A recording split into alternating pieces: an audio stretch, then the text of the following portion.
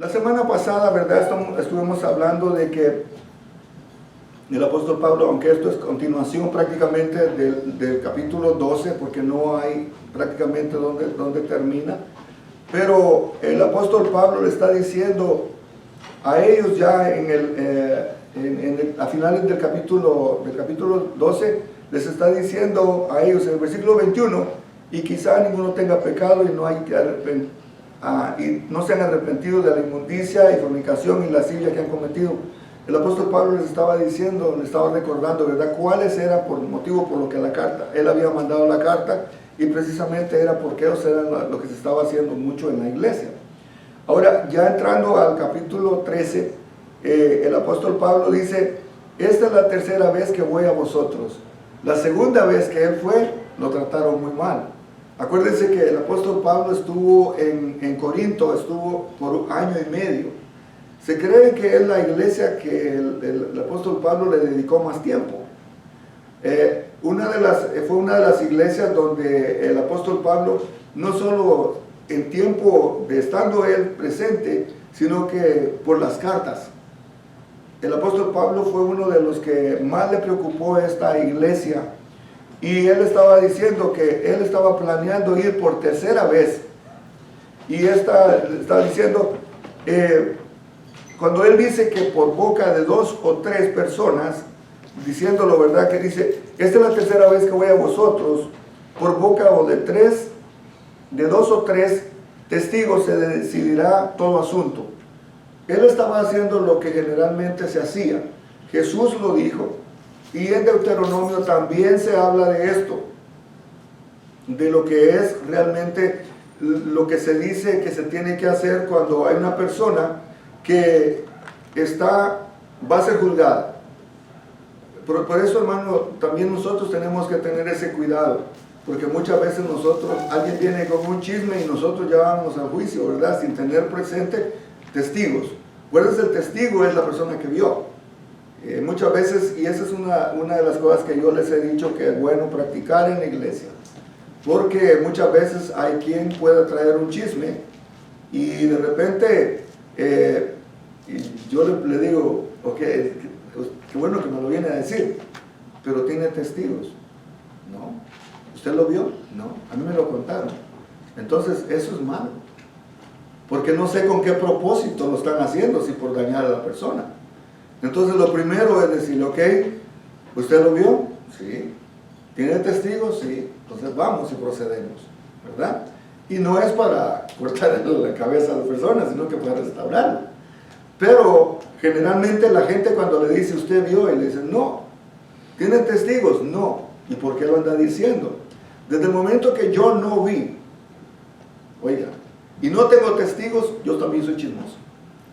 Por eso dice que donde para el chisme termina la contienda, porque tenemos que aprender a usar estos principios. El apóstol Pablo lo está diciendo, porque él dice de que este es el procedimiento que tiene que hacerse. En Deuteronomio dice que tiene que haber 1 o 2 testigos. Jesús también lo dijo, de que si alguien se tenía que juzgar, que fuera por 2 testigos. En lo legal, también para que un testimonio sea válido, tiene que ser presencial, no de oída, así dice. ¿Verdad? En la ley. Ese es un proceso legal. Acuérdense que generalmente cuando hablamos el apóstol Pablo sabía de leyes, porque era un ciudadano romano. El apóstol Pablo sabía perfectamente lo que era la ley de Moisés, porque él era fariseo. Entonces, él estaba aplicando ese principio de decir que haya testigos. Cuando se le va a llamar la atención a una persona, siempre es bueno que hayan testigos, para ver que esa persona escuche lo que uno dijo y lo que la persona responde. Porque sabe que en el momento de cuando una persona está enojada, dice, y después dice: yo no dije eso. Y aún así con testigos, muchas veces uno dice: pero si usted lo dijo, yo escuché. Imagínense qué tal no habiendo testigos. Por eso es que es bueno este principio, y esto evita muchos dolores de cabeza. En los matrimonios muchas veces se recomienda que cuando usted no puede lidiar una cosa, llame a una tercera persona, para que esa persona sea imparcial y pueda escuchar las 2 versiones. Porque muchas veces ese es el problema de que no solo de que no hablamos igual las mujeres y los hombres, ¿verdad? Las mujeres, acuérdense que hablan rosa y los hombres hablamos azul. Entonces, yo digo una cosa, pero me entienden otra. Y para evitar esos dolores de cabeza, es bueno que haya una persona que esté, una o dos personas que escuchen, para que diga, y créanme lo que esto me pasó, porque a veces Claudia me decía, y esto es el problema que tenemos nosotros, y me decía una cosa, y me decía, ¿qué te dije? Y le decía, no fue eso lo que te quise decir, ¿verdad? Y viene, y nos recordamos los que estudiamos amor y respeto, cómo afecta el hecho de que nosotros no entendamos el mensaje, que sí dijimos, pero no nos entendieron. Acuérdense que hablar no es comunicar, no siempre hablar es comunicar, hablar, pura matraca, que ya, no comunicó lo que quería decir. Cuando usted comunica con 3, 4 palabras, dice y se comunicó. Cuando usted habla y habla y habla, y es más, está comprobado que cuanto más habla la persona, el cerebro hace un apagón. Y eso sucede con la música también. Por eso es que tenemos que tener cuidado cuando hablamos, porque tenemos que tener pausa. Tenemos que saber, ¿me entiende? Esas son partes. Es una de dos vías. Entonces el apóstol Pablo está diciendo que cuando se haga eso, que se haga en presencia de testigos. Y yo le aconsejo eso entonces, porque es parte de la palabra. Ahora, él está diciendo que se hagan en 2 testigos y se decidirá todo asunto. Él ha dicho, si él va a ir allá, él quiere que eso se haga delante de testigos. Acuérdense que al apóstol Pablo no lo tenían por favorito. Había gente que hablaba muy mal de él y otros cristianos. Cuando leyendo el capítulo 13, el apóstol Pablo no está escribiéndoselo a toda la iglesia. Esto se lo está escribiendo a la gente que andaba hablando mal de él. Él se lo estaba escribiendo a esa gente, porque no es en plural que lo está diciendo. Pero lo que él está diciendo en el verso 2 dice, he dicho antes y ahora digo otra vez, como si estuviese presente, y ahora ausente lo escribo a los que antes pecaron. Se está refiriendo a las personas que estaban haciendo las cosas ilícitas por la cual le escribieron la carta. ¿Se recuerdan? Que le escribieron una carta a él diciéndole los problemas que estaba pasando la iglesia. Le hicieron pasar varios aspectos. En 1 Corintios vimos nosotros cómo el apóstol Pablo uno por uno fue contestando. Lo primero fue la inmoralidad sexual de la que se hablaba, de aquel hombre que estaba viviendo con su madrastra y que él les dijo, no solo se alegran de lo que está pasando, sino que se lo celebran, ni siquiera le dicen que está mal. Entonces, de eso es lo que el apóstol Pablo está hablando aquí, pero le dice ya en el verso 2, como si estuviera presente, y ahora ausente lo escribo a los que antes pecaron y a todos los demás, que si voy otra vez no seré indulgente. La palabra indulgente es como cuando alguien hace algo malo, pero no le dan ningún castigo. El niño se portó mal y usted en vez de corregirlo o de disciplinarlo, más bien le dice, aquí te trae un carrito, aquí te traje esto. No es tiempo de estar dando indulgencias, es tiempo de corregir, ¿verdad? Y es lo que dice, yo no voy a ser, está diciendo el apóstol Pablo, yo no voy a ser indulgente, no voy a dejar pasar ninguna cosa. También, pues buscáis una prueba de que habla Cristo en mí, el cual no es débil para con vosotros, sino que es poderoso en vosotros. Porque decían que el mensaje de Pablo era un mensaje muy débil, ¿verdad? Entonces, él está diciendo que ponían en duda que si Cristo hablara a través de él. En uno de los comentarios dice, si ustedes no creen que yo soy el apóstol, entonces yo dudo que ustedes sean cristianos.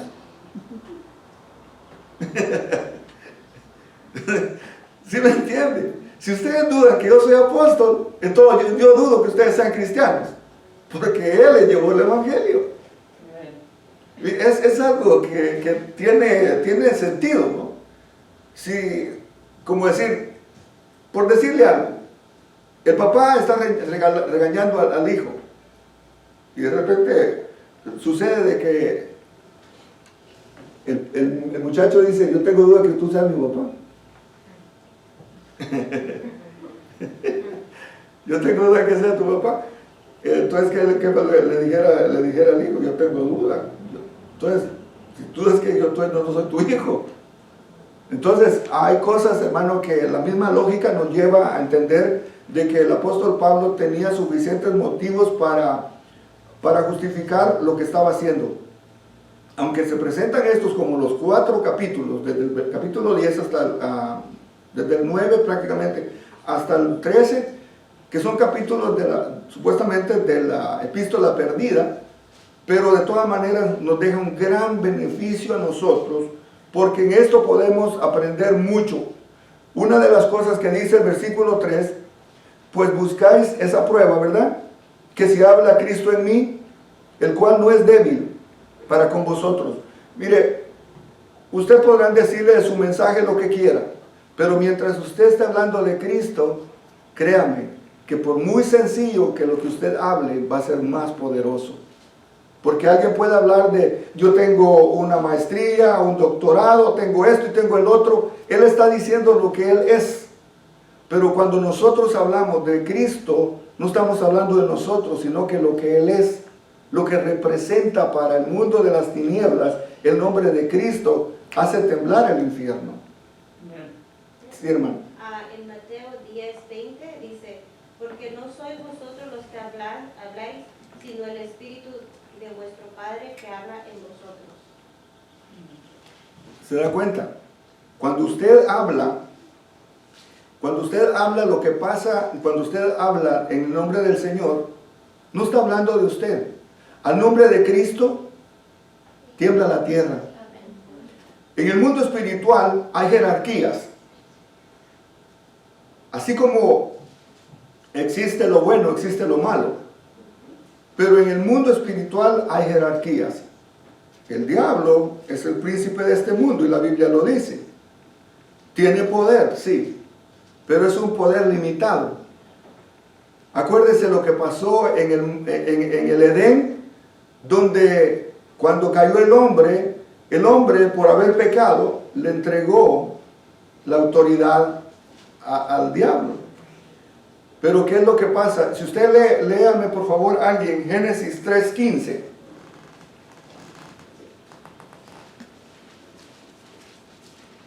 Eso es lo que se conoce como el protoevangelio, o sea, la médula del evangelio. Amén. Y pondré enemistad entre ti y la mujer, y entre su simiente y la simiente suya. Esta te herirá en la cabeza y tú le herirás en el cañar.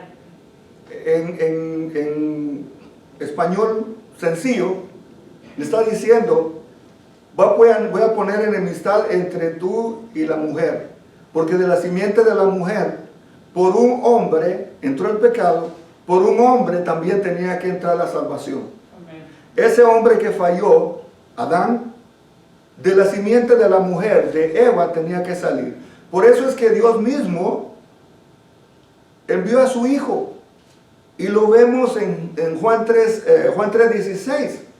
Donde dice, porque de tal manera amó Dios al mundo que envió a su Hijo unigénito. Es ese Cristo preexistente que ya estaba en Génesis.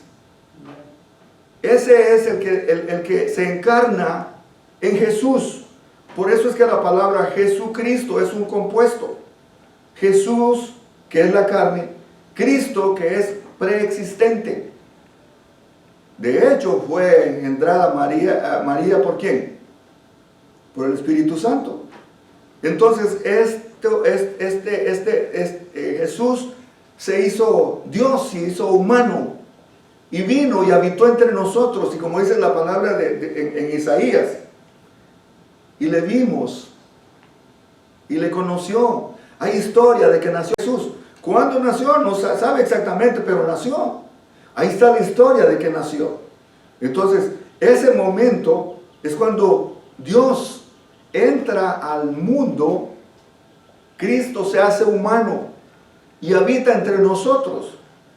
Estuvo con las mismas necesidades como nosotros. Le daba hambre, le daba sueño, tenía sufrimiento. Pero el propósito de Jesús, y hago toda esta analogía para que usted se dé cuenta desde dónde comienza, desde Génesis comienza.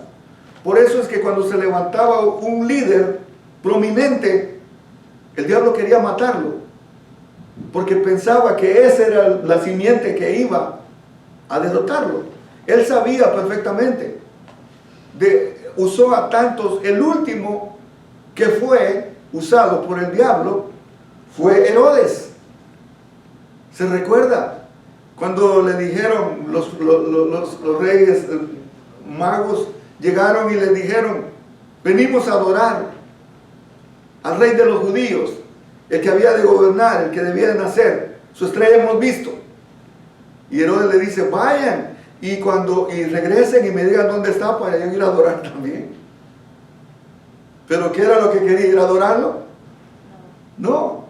Pero dice que los reyes, avisados por el Espíritu Santo, se fueron por otro lado.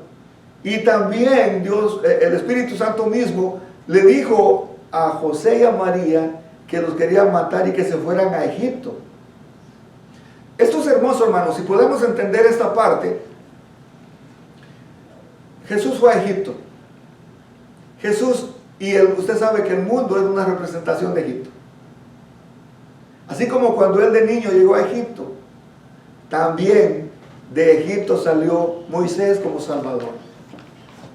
Y podemos ir haciendo un hilo de cómo el Antiguo Testamento nos da una muestra de lo que va a pasar y que pasó ya. Todo lo que estoy diciendo, hermano, esto ya pasó. Profetizado, pero también ya pasó. Entonces, esto que el apóstol Pablo está diciendo aquí, imagínense que tampoco conocían de Cristo esta gente, que él les está diciendo que Cristo nunca ha sido débil, ha sido el creador del cielo y la tierra. Pero el hecho de que la gente desconozca a Cristo en nosotros es un problema, porque entonces la gente va a pensar que somos nosotros, y nosotros, al igual que cualquier otra persona, somos débiles. ¿Sí o no? Dice en el mensaje que estaba predicando, dice: pero este tesoro lo ha puesto Dios ¿en qué? ¿En vasos de qué? De barro. Hermano, usted cuando habla de Cristo, en esa jerarquía que estaba mencionándole, está el mismo creador del cielo y la tierra, Dios mismo, en Jesús. Ahora, si usted se va a dar cuenta la jerarquía, sí perdió en el huerto del Edén, pero con su muerte en la cruz, ganó y nos dio la victoria. Entonces, al mencionar el nombre de Cristo, el infierno tiembla. El infierno tiembla.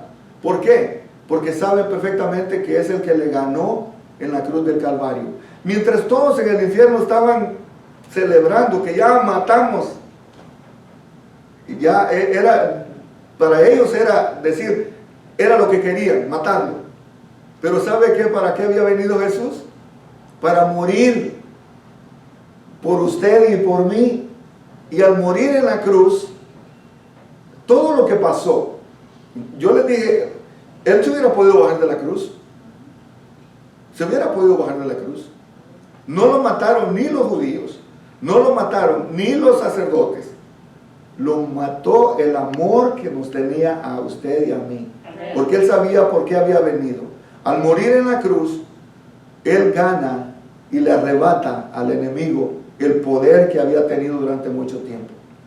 Y el poder del diablo está limitado. Por eso es, hermanos, de que espiritualmente hablando, sí, el diablo también hay jerarquías. Dice que hay potestades, hay gobernadores, hay principados que son bien organizados. Por eso nosotros como iglesia también tenemos que saber de que también hay jerarquías. Está el Padre, el Hijo, el Espíritu Santo, y también están los arcángeles, los querubines, los serafines. Y los ángeles que son regulares, que son los mensajeros. Pero si usted puede ir a leer y estudiar y tanta cosa de lo que es la angelología, o la neumatología que estudia los espíritus, que es bastante que se puede aprender, pero tan sencillo que es de leer la Biblia, donde dice de que Él derrotó todos los principados, todas las potestades y todo lo puso debajo de sus pies. Cuando estaban celebrando la muerte en la cruz del Calvario, ¿qué es lo que pasó? Hubo un terremoto. Dicen que el velo del templo se partió de dos. El acceso que tenemos al Padre es directo.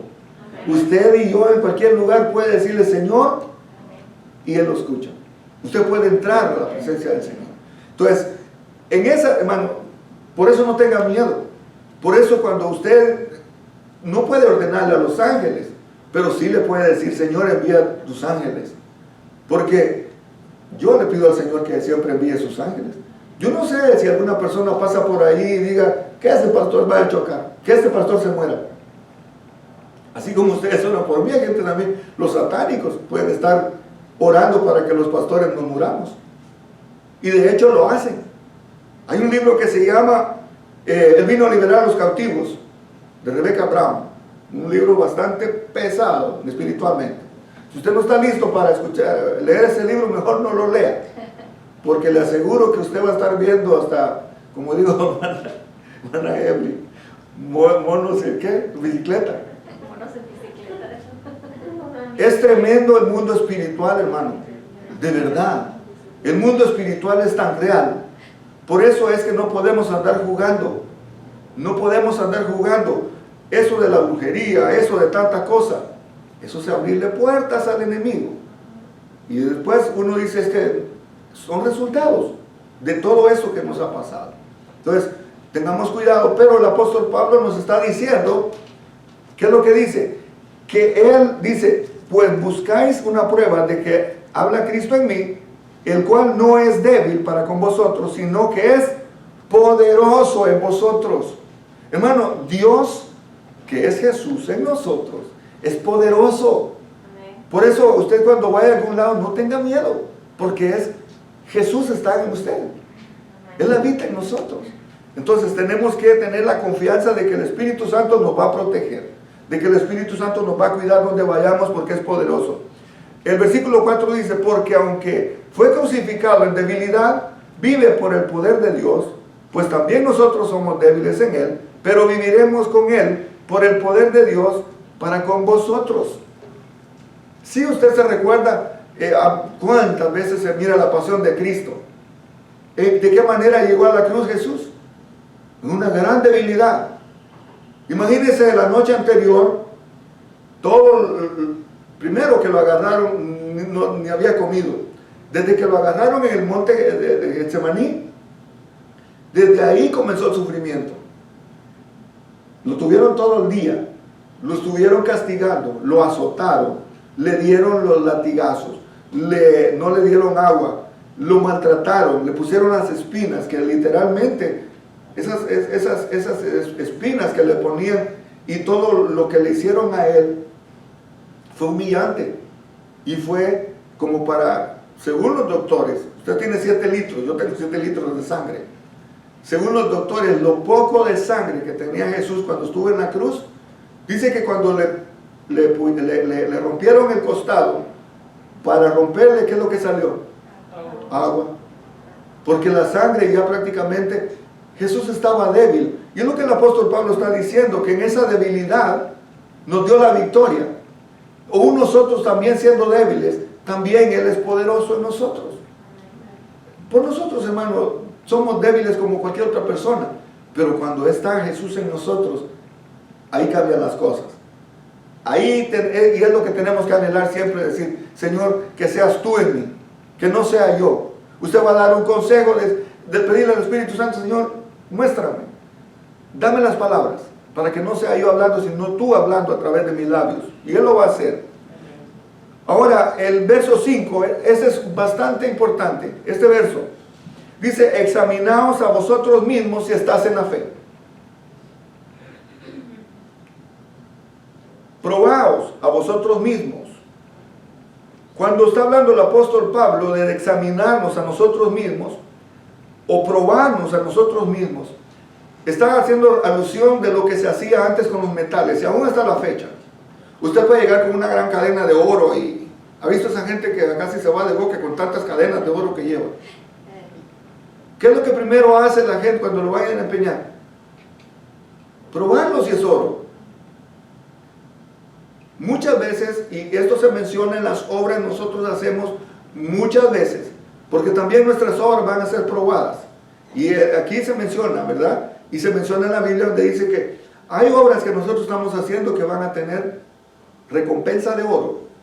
Hay otras que van a ser recompensa de plata. Hay otras recompensa de metales. Pero la última dice que va a ser de hojarasca. ¿Por qué? Porque fueron obras, pero no tenían valor. Por eso preocupémonos de que las obras que hagamos sean en el nombre de Jesús. Jesús mismo lo dijo que si nosotros vamos a hacer algo, si le vamos a dar agua, un vaso de agua a alguien, que lo hagamos en el nombre de Jesús. Dice que, porque si un vaso de agua que lo dieres, oiga, en mi nombre, no quedará sin recompensa. O sea, usted puede regalar un carro, pero desde el momento que usted regala el carro, ni menciona a Jesús. Créame que usted lo hizo porque usted puede y tiene el dinero, pero que va a recibir recompensa por eso, no. Si usted lo dice, yo en el nombre de Jesús hago esto, voy a ir a, qué sé, hacer el trabajo en la iglesia, hacer cualquier cosa en la iglesia, hágalo en el nombre de Jesús, porque dice que todo lo que hagamos, que lo hagamos para el Señor, ¿verdad? Entonces con alegría vamos a hacer, tal vez es cansado, sí, tal vez es sacrificado, pero lo estamos haciendo para el Señor. Entonces va a tener su recompensa. Y Él está diciendo que examinaos a vosotros mismos, si estás en la fe, probaos a vosotros mismos. Él está diciendo, yo sé a quién represento, yo sé quién soy, pero pruébense ustedes, pruébense, examínense ustedes, quiénes son, con qué objeto estaban diciendo lo que estaban diciendo el apóstol Pablo.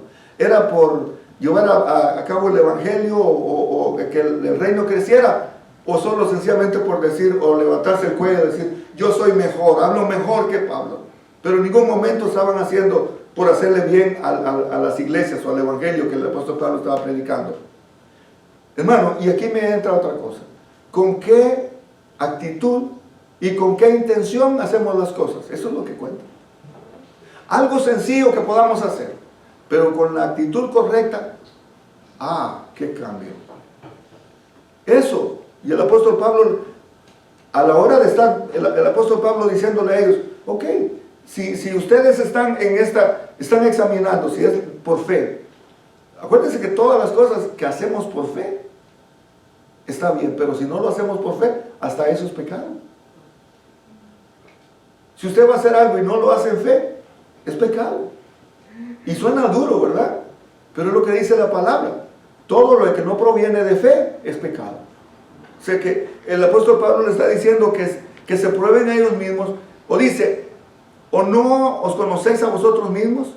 Que Jesucristo está en vosotros, a menos que estéis reprobados. Una persona que está reprobada es como decir una persona maldita. Se recuerda que dice, si alguien viniera presentando otro evangelio diferente al cual yo os prediqué, que sea llamado ¿qué? Anatema, que quiere decir maldito, y es una persona reprobada. Yo no sé quién sea reprobado, pero el apóstol Pablo le dice, ustedes se tienen que conocer a ustedes mismos, si ustedes ya son reprobados. Qué triste va a ser que una persona ya se sienta que es reprobada y que ya no tiene acceso. Eso solo lo sabe la persona y el Señor. Por eso, hermano, hay cosas que nosotros dejemos en el juicio para Dios, porque nosotros no podemos emitir juicio. En un comentario basado en el 5 dice, a los corintios se les pidió que se examinaran y probaran a sí mismos, así como nos sometemos a un control médico, Pablo nos urge a que nos sometamos a un control espiritual. Debemos velar por un crecimiento en la presencia y el poder de Cristo en nuestras vidas. Solo así podemos deducir si somos cristianos verdaderos o impostores, si no estamos dando pasos concretos para crecer más cerca de Dios, estamos alejándonos de Él. Exactamente. Por eso el apóstol Pablo dice, examínense por qué lo están haciendo, examínense cuál es la intención por la cual están haciéndolo. Si no es la manera correcta, hermano, aunque se vea bien, estamos mal. Y en vez de acercarnos al Señor, nos estamos distanciando, nos estamos alejando. Acuérdense que hay este verso hermoso, no me acuerdo, la cita no la tengo presente, pero dice que Dios mira al altivo de lejos. Y que si nosotros nos humillamos, Él nos va a ver de cerca. Entonces, esa gente que cree de que está haciendo todas estas cosas, como en este caso, ahorita voy a hacer un comentario referente a esto. Está haciendo a las personas, en este caso al apóstol Pablo, le estaban haciendo daño. Prácticamente, él les está diciendo, ustedes están en contra de mí, pero indirectamente están en contra de Dios. Por eso, hermano, y yo lo he tomado muy en cuenta. Antes de ser pastor, yo también fui miembro. Pero sabe, una cosa que tiene que tener uno cuidado, es levantarse contra un pastor, contra una persona. Eso es, deje que Dios juzgue, porque a mí no va a juzgar Dios. Y eso es una cosa seria. Es que no puedo ver aquí. Salmo 78. Sí, dígame.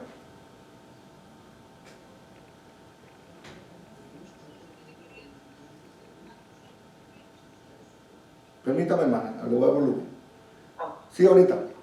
Sí, el Salmo 138, 6 es el que dice usted acerca de que Dios ve de lejos al altivo y de cerca al humilde. Amén. ¿Se da cuenta? La gente muchas veces se aleja ella misma de Dios.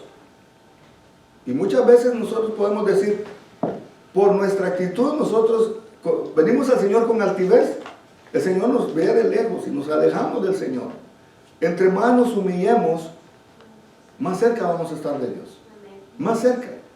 Y eso es personal.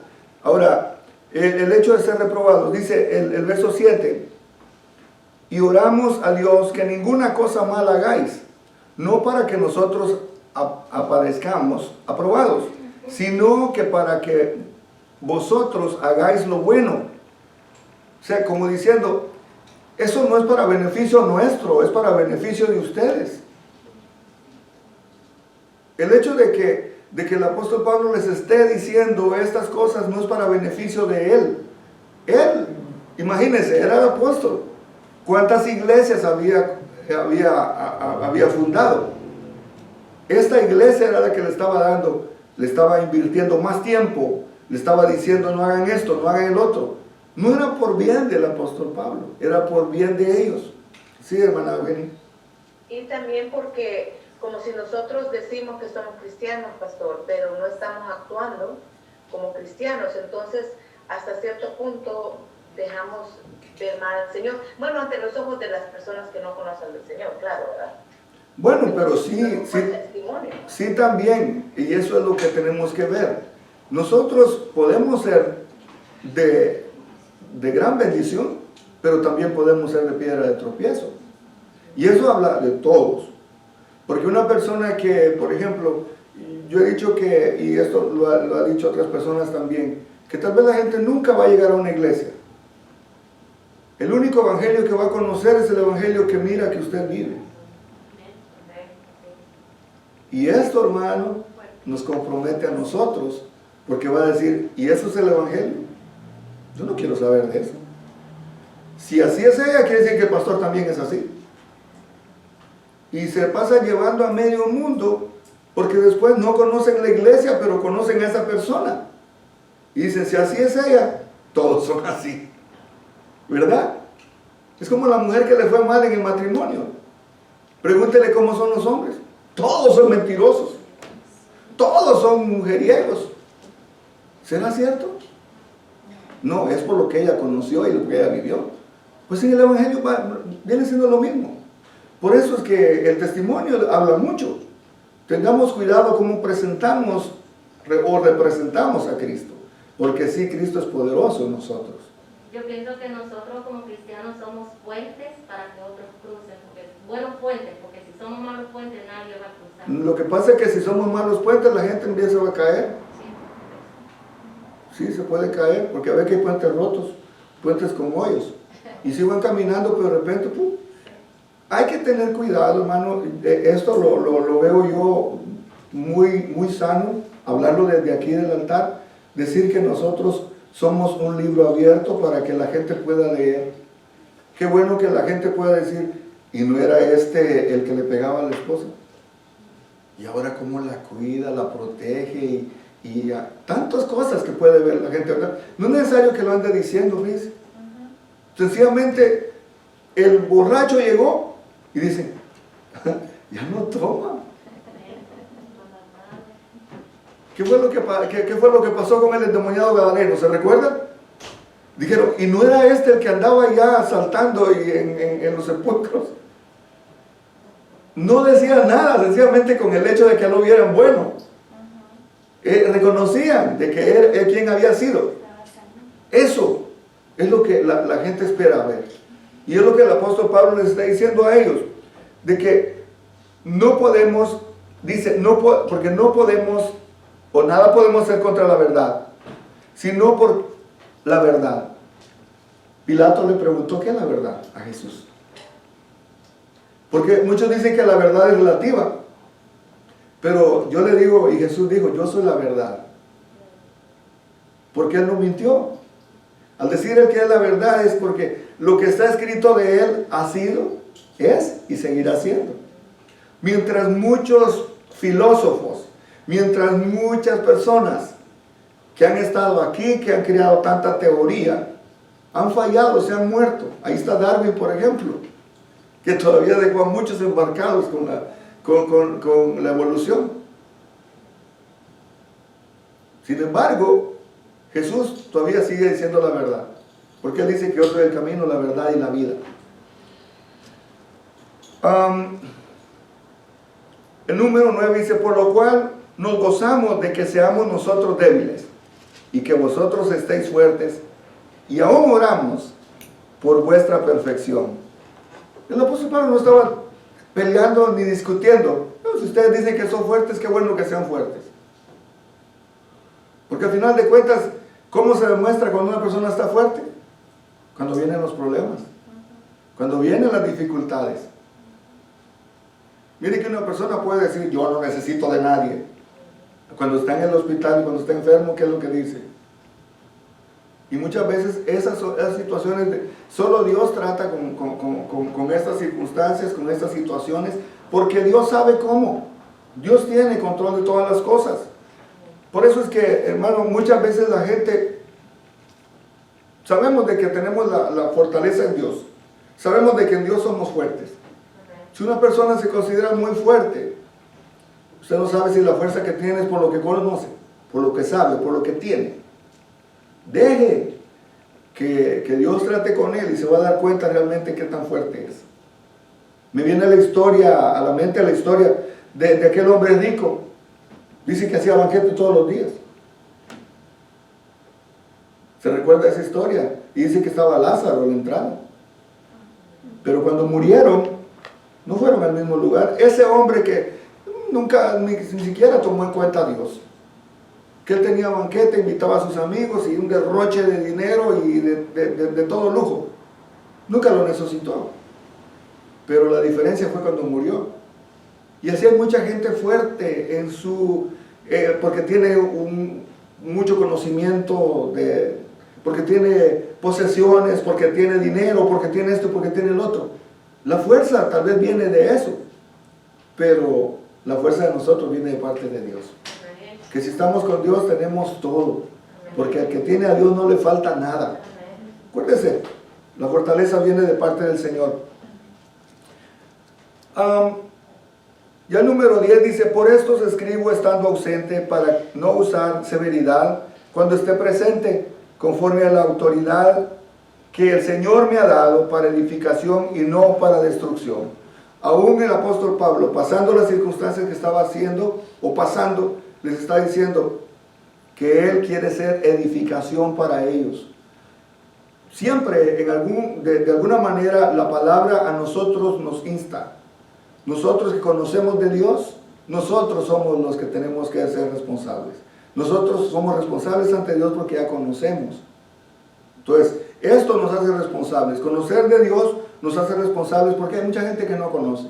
Lo único que hacen es lo que saben hacer y no conocen nada bueno. Díganme una persona que, por ejemplo, un caso de Billy, por decir algo.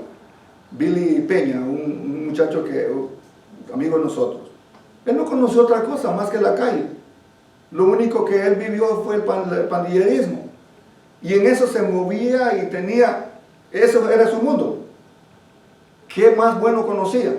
Si a los 12 años él ya andaba matando o robando, asaltando y haciendo tanta cosa mala. No sabía otra cosa, era lo único que conocía. Y salía y entraba a las cárceles juveniles y no hubo para él. Pero cuando conoció al Señor fue diferente.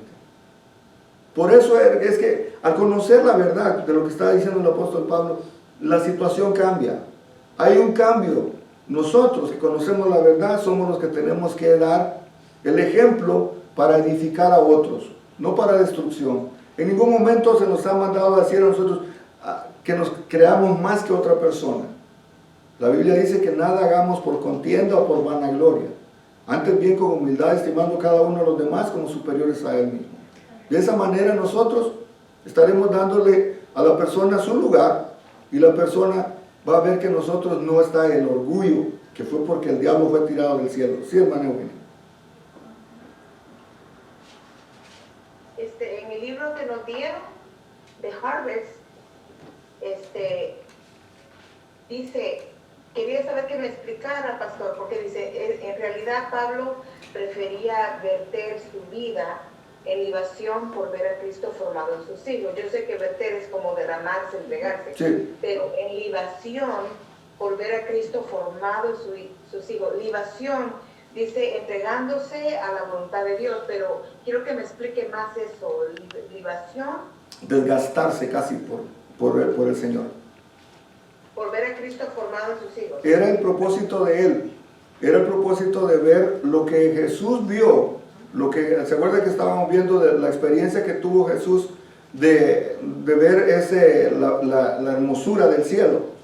Él quería, o sea, el propósito de él era que todos lleguemos a ese lugar, porque eso fue lo que se nos prometió.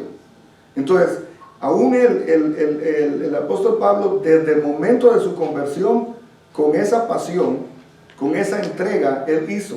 Se recuerda que, y la semana pasada estamos hablando, hermano José, hermano Rafael también hizo comentario, de que él decía que en su corazón estaba que primero los judíos, que él quería que se convirtieran,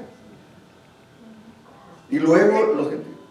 Ajá, o sea que él quería derramarse en el Señor, entregarse al Señor para que así al él hacer eso, entonces nosotros Conociéramos. podamos ver y podamos nosotros también querer cambiar. Ya. Porque Él le dice a Timoteo, ya estando en la cárcel en Roma, y le dice, te encarezco que prediques a tiempo y fuera de tiempo. ¿Por qué? Porque él sabía que a él se le habían puesto eso como un peso, que era necesario que él dijera, que era necesario. Y mire tanto efecto que tuvo que hasta ahorita todavía nosotros lo estamos leyendo.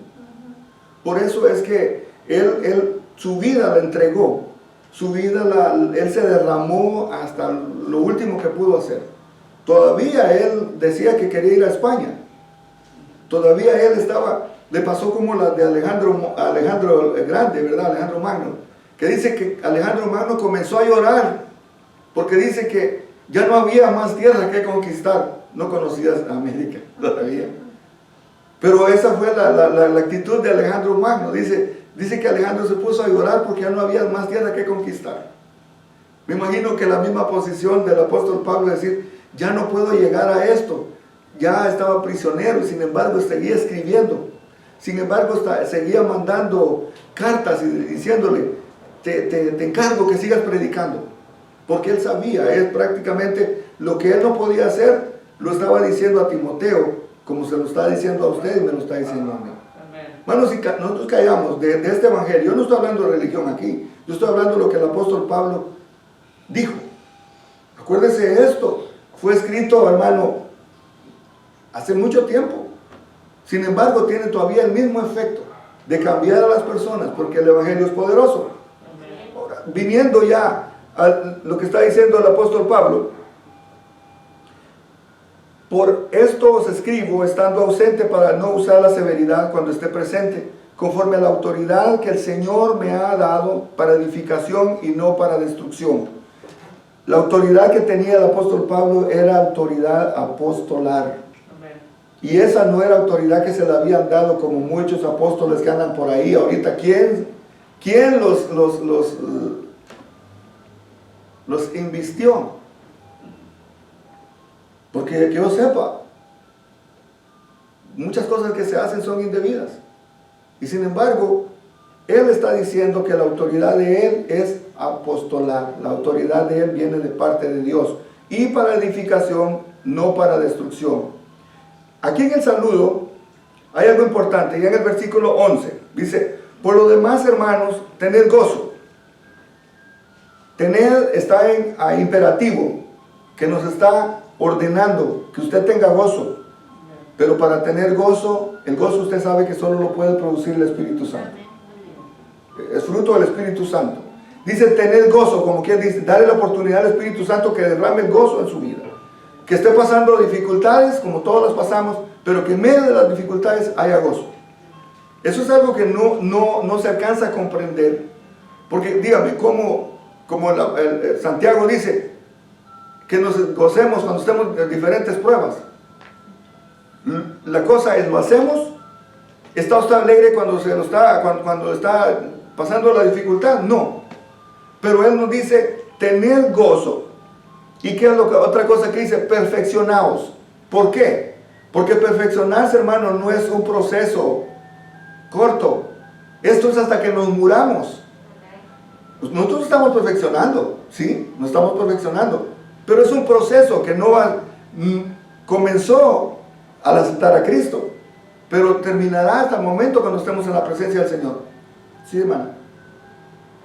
Pastor, en este versículo quiero que me clarifique si es también, hay condición, porque más después dice, y el Dios de paz y de amor estará con vosotros. Entonces, este versículo es condicional si hacemos lo de arriba, entonces. No, pero es que usted se me pasó mucho. Estamos en el 11. Estamos en el 11, es el 11. Sí, pero estamos, o sea, voy por parte. Dice perfeccionaos. Ok. O sea, estamos diciendo tener gozo. La primera parte que dice tener gozo. Nos ordena que tengamos gozo. Nos ordena también que le demos oportunidad al Espíritu Santo, porque el gozo no lo podemos producir nosotros. El mismo Espíritu Santo nos va a perfeccionar. También el Espíritu Santo nos va a consolar. Si tenemos al Espíritu Santo, también vamos a ser de un mismo sentir. Porque no es el uniforme que usemos, ¿verdad?, que nos va a hacer iguales. No es el uniforme, sino que es la armonía. Es la paz que nos va a unir. Para ver unidad no necesitamos todos pensar iguales y ser perfectos. Pero Cristo sí nos puede unir a nosotros en un mismo sentir. Por eso Efesios 4:3 dice que es Efesios, que estemos solícitos en guardar la unidad del Espíritu en el vínculo de la paz. Por eso es que Él dice de eso, ser de un mismo sentir y vivir en paz. Lo mismo. Hay que estar solícitos en guardar la unidad del Espíritu. Porque muchas veces, hermano, tan bonita que está la fiesta, tan bonito que está todo, y de repente sale uno con un disparate. ¿Y qué tiene que ver esto con lo que estamos hablando? Porque hay alguien que no está en la armonía. Uno está hablando de matemática y otro, ¿y la ciencia qué tiene que ver? Mire, le voy a contar una, para que usted vea cómo hay gente que realmente no se logra alinear.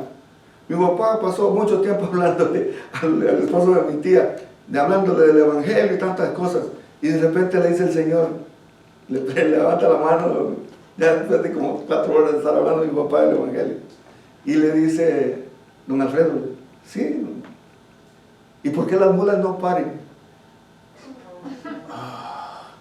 Como que se le han echado un balde de agua a mi papá en la cabeza, y dice, ¿qué tiene que ver con lo que estábamos hablando? Por eso es que la unidad del Espíritu, hermano, el Espíritu Santo puede unirnos, aunque no seamos iguales, aunque tengamos muchos defectos, el Espíritu Santo nos va a unir. Eso es lo que está diciendo, y vivir en paz. Vivir en paz no está fácil. Vaya a decirle a los de allá de Israel que se pongan en paz con los de la franja de Gaza. ¿Verdad que no? Es bien difícil? Pero con el Espíritu Santo sí se puede.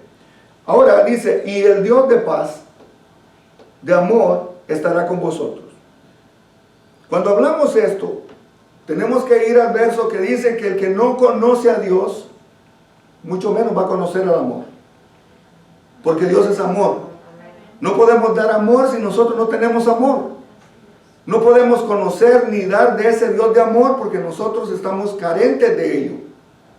Esa es una de las cosas que, si tenemos a Dios, ese Dios de paz, que es lo que le digo, era uno de los atributos de Jesús, que dice que es príncipe de paz. El que tiene a Jesús por naturaleza va a tener la paz de Cristo. Dice, mi paz os dejo, mi paz os doy, no la doy como el mundo la da. Entonces, la paz que nosotros tenemos no está condicionada. Si te portas bien, ¿verdad? Como hacemos nosotros con los muchachos. Si te portas bien, tienes esto. Si no, nada. Nosotros condicionamos. Ahora, lo que hermana Eugenia estaba condicionando es, o diciendo es, sí está condicionado, hermana Eugenia. Está condicionado porque para poder hacer esto tenemos que tener a Dios, tenemos que tener el Espíritu Santo. No podemos dar lo que no tenemos. Por eso es el problema de que muchos padres, hijos o abuelos, usted ve que no pueden dar amor. Hay que ir entonces a su niñez o infancia a ver cómo los trataron. Si no les dieron amor, va a costar, es muy difícil. Y muchas veces le dice, ¿y usted me ama? Ay, mijo, si supiera lo que me costaste. Así contestan, ¿verdad? Pero eso es parte del proceso. Pero muchas veces no lo estamos haciendo por amor. Cuando hay este amor que Dios produce esa paz, Dios produce ese amor, va a fluir naturalmente. Cuando un hijo ha sido creado en amor, ¿verdad? Lo que primero hace es bien amoroso. Es bien amoroso. Esa es la condición.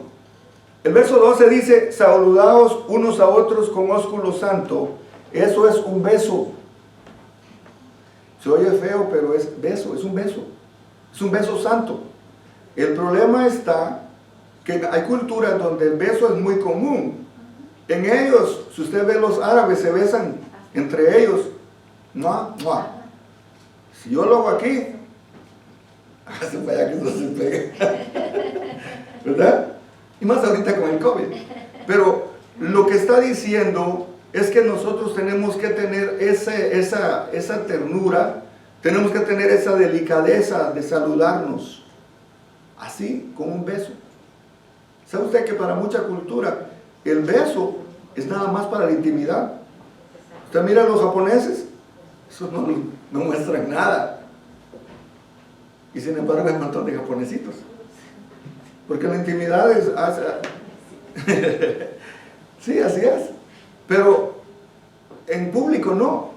Entonces, imagínense si el apóstol Pablo lo estaba diciendo, en la comunidad cristiana, cómo se podían ver las iglesias saludándose con ese amor fraternal.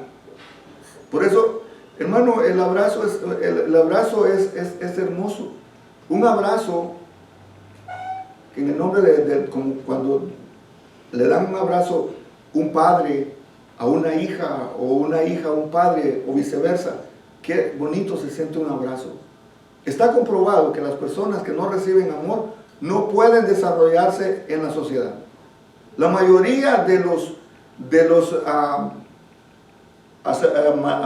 ¿cómo le llaman? Serial killers, asesinos en serie, son así porque no recibieron afecto ni amor cuando estaban pequeños. Usted mira el carnicero de Milwaukee, un muchacho abandonado, 27 fueron los que se comían, ¿no? Entonces, estamos hablando de que si físicamente pasa eso, hermano, espiritualmente pasa lo mismo también. Nosotros tenemos que aprender a darnos amor. Tenemos que aprender a dar amor y recibir amor. Déjese amar y ame también. Eso es importante. ¿Sí, hermana Eugenia? Se estaba viendo el estudio de Harvest que nos dieron y donde dice la explicación del ósculo santo, dice, era un saludo acostumbrado, símbolo de la hermandad cristiana. Tenía que ser de corazón y reflejaba una amorosa confianza del uno para el otro.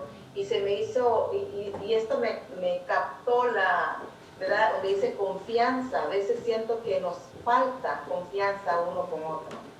Ya, eso va de dos lados. Esto es algo de dos lados. Acuérdense que esa es el apóstol Pablo está mostrando algo que era costumbre para ellos. Hay culturas donde no se hace y se miraría raro, ¿verdad? Pero para ellos era una tradición, para ellos era una costumbre, como decir, el hecho de darse un beso, ¿qué significa? Confianza. Usted sabe que lo más delicado que puede tener una persona es la cara.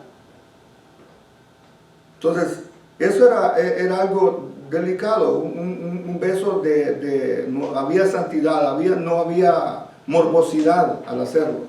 De eso se trata, de decirse que de saludarnos con un beso, un ósculo santo.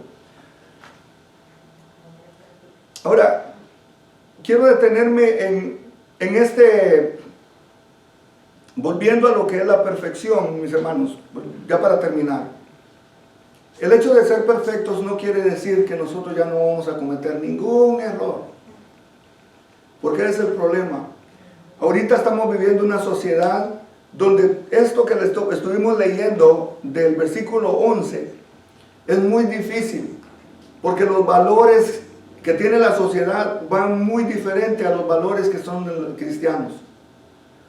Hace unos años, en las escuelas lo que se hacía era, llamaban a los hijos o a los padres porque dejaban las luces prendidas, porque hacían estas cosas. En 30 años, ya estamos hablando de que habían reportes de que estaban muriendo, se estaban matándose. Y no vamos lejos, ¿cómo está pasando en las escuelas? Antes de la pandemia se dio cuenta cuántos asesinatos en las escuelas. ¿Por qué ha pasado esto?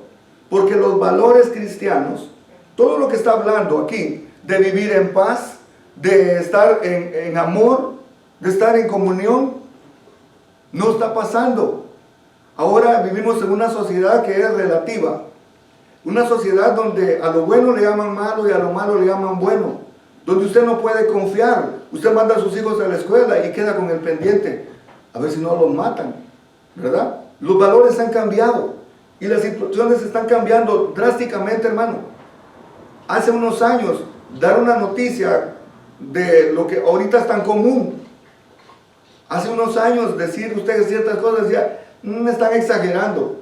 Los valores están cambiando. La ética ha cambiado. Muchos cristianos han dejado de practicar esto y están acomodándose a lo que el mundo está presentando. Por eso es que al decir que nos perfeccionemos, hermano, no está diciendo que no vamos a cometer errores. Lo que está diciendo es que busquemos siempre un nivel de mejorar, un nivel de acercarnos, no de alejarnos de Dios, sino que acercarnos a la palabra. La sociedad en general, esto está en general, se ha alejado tanto de Dios que ahorita lo que vemos nosotros es una cultura completamente en contra de Dios. Todo lo que usted está viviendo, lo que mira en la televisión, lo que mira aún en los puestos de gobierno, está en contra de Dios. ¿De qué manera podemos nosotros volver a traer esto si no lo hacemos con el Evangelio? Sí, un lado de lo que está diciendo, hablaba el otro día yo con algunos de los jóvenes y les decía de que a veces esta sociedad nos bombardea tanto en cosas, no solamente en las redes, sino en lo que se habla y en lo que se dice día a día. Y nosotros llegamos a la iglesia, a veces solo el domingo, 2 horas de servicio, casi agonizando por las cosas que suceden en nuestro entorno. Pero si nosotros como cristianos o como padres no nos preocupamos por eso, de enseñar a nuestros hijos de que tenemos que estar más sometidos al Señor, ya lo decía el otro día, estudiamos la palabra, no solamente el día miércoles. O sea, tenemos otros días que estudiar la palabra, meternos a nuestros devocionales, o sea, hacer siempre hábito de lo que nosotros representamos, somos cristianos, pero a veces no lo hacemos. Entonces el mundo nos envuelve y empezamos a morir. Amén. Y detrás de nosotros vienen nuestros hijos, porque ellos miran a nosotros, que nosotros estamos decayendo en esta sociedad. Por eso el cristianismo ahora miran las iglesias tan vacías. ¿Por qué? Porque ya no hay entrega, ya no hay. Por eso cuando usted decía de lo que el apóstol Pablo decía, era de que todos nos unamos en el vínculo de la paz, ¿verdad? Pero a veces que entre nosotros mismos, a veces, no, tú no, porque tú no eres de nosotros. O sea, hacemos exclusiones de personas y eso no encajamos, nos afecta como iglesia. Amén. Entonces, esto para mí es un reto a seguir adelante y de unirnos más como cristianos y hacer lo que usted decía. Debemos de ser más, ¿cómo se dice?, más cariñosos, más afectuosos unos al otro, orar unos por otros. Si para eso nos ha llamado el Señor, el Señor nos ha dejado libres. El Señor murió en la cruz del Calvario por nuestros pecados y por darnos la libertad. Amén. Bueno, miramos ahí donde dice que nos perfeccionemos. Lo que Pablo también está ahí donde dice que él se desgasta porque miremos a Jesús, para mirar a Jesucristo en sus hijos. También está hablando porque esta gente conocía la palabra, pero no conocían al Dios de la palabra. Entonces, si miramos ahora la sociedad, muchos conocen la palabra, pero la conocen para debate, ¿cómo es? Debatirla, para enseñarnos dónde nosotros estamos mal. Y muchos de ellos a veces saben más Biblia que nosotros cristianos. Y es donde no solo es el conocimiento que tenemos que tener, sino que tener la búsqueda espiritual, donde la palabra venga a ser un cambio. Ahora en la tarde venía oyendo yo a la estación cristiana y salió un señor que dio su testimonio que él era 40 años adicto a la drogadicción y que ha tenido un año de ser limpio. Y le preguntan, ¿cómo lograste hacer eso? Él dice, lee la palabra y vivirla. Es una diferencia de leer la palabra solamente a leer la palabra y vivirla. Entonces, donde lo que vamos a mirar el cambio, donde aprendamos a vivir lo que la palabra nos está diciendo, es lo que nos va a traer la paz, es lo que nos va a traer la unidad, es lo que nos va a traer convicción a nuestro espíritu de lo que estamos haciendo y si estamos bien o estamos mal, donde dice que nos examinemos. La palabra es la que nos va a ayudar a examinarnos a nosotros mismos. Ella es la que nos va a dar la guía, porque dice que en Salmos dice que la palabra es lámpara a nuestros pies. Y lumbrera nuestro camino. Amén. Eso va a ayudarnos a nosotros a poder guiarnos. Y si miran, yo tengo mi título de la universidad en teología, pero muchos de los maestros que están en los institutos bíblicos son ateos. Los oxymoron, right? Que son personas que tienen el conocimiento y nos están enseñando, pero no tienen la convicción de lo que están enseñando. Vea, yo le puedo decir esto, una persona que esté vendiendo productos de dieta para estar delgadito, pero no lo consume, ¿cómo va a ser la persona que le va a vender a usted? Ahí está la respuesta. Hermano, no va a hacer efecto lo que usted sabe, sino que lo que usted vive. Yo no aceptaría tanto de que venga un entrenador y que esté heavyweight y que me diga, con esto va a adelgazar. ¿Por qué? Porque desde el momento que él me está diciendo y digo, si él lo está haciendo y no le funciona, pues a mí tampoco. Por eso es que lo que dice Claudia, y sí es cierto, muchas personas están ahorita estudiando teología, pero no con el hecho de conocer más de Dios. Están estudiando más para debatirle a usted en qué se equivocó, en qué me equivoqué yo. Por eso cuando en Facebook uno nunca sabe quién lo está viendo. Pero hay personas que conocen la palabra, pero mire, de vivirla no tienen nada. Y como tienen una vida tan vacía, tienen el tiempo de andarse metiendo en la vida de otra gente. El que está viviendo está tan ocupado en lo que él está haciendo que no le queda tiempo para los demás. Y yo le digo por eso, si usted está 8 horas trabajando, no le queda tiempo para muchas cosas. Iguales en el evangelio, iguales en el cristianismo.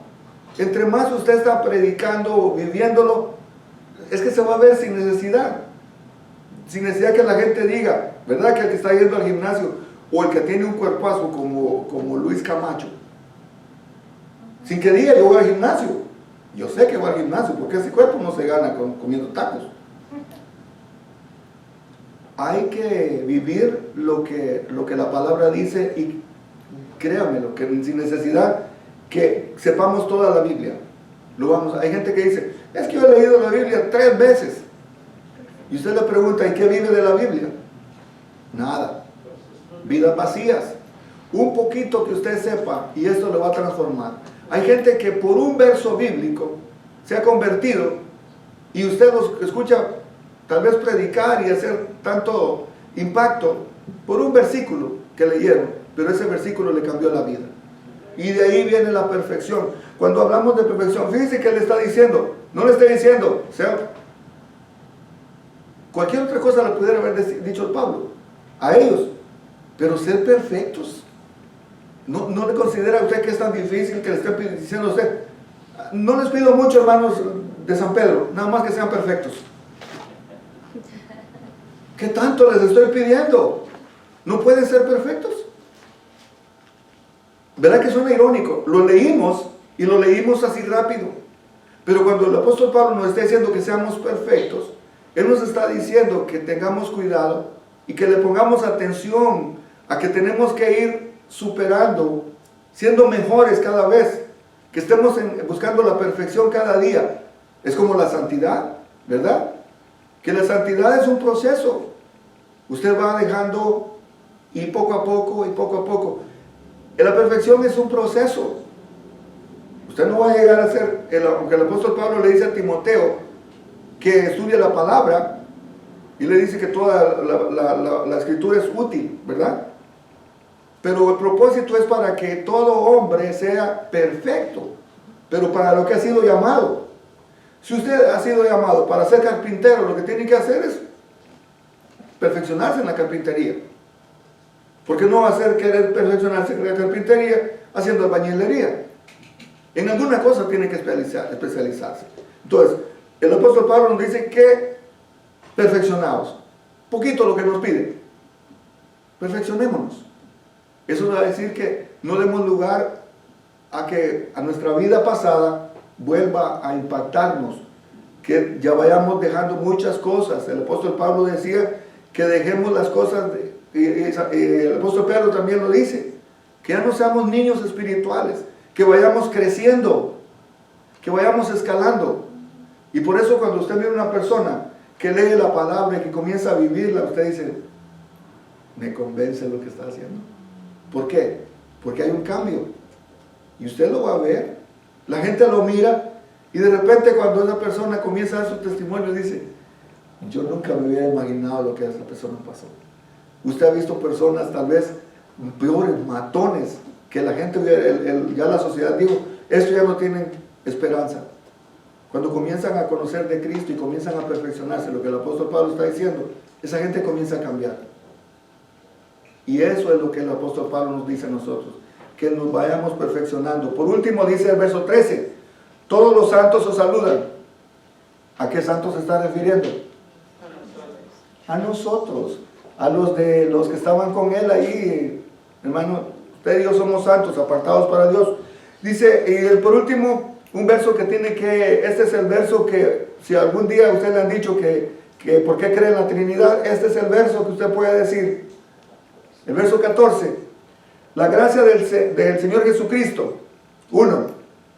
El amor de Dios. 2. Y la comunión del Espíritu Santo sea con todos vosotros. 3.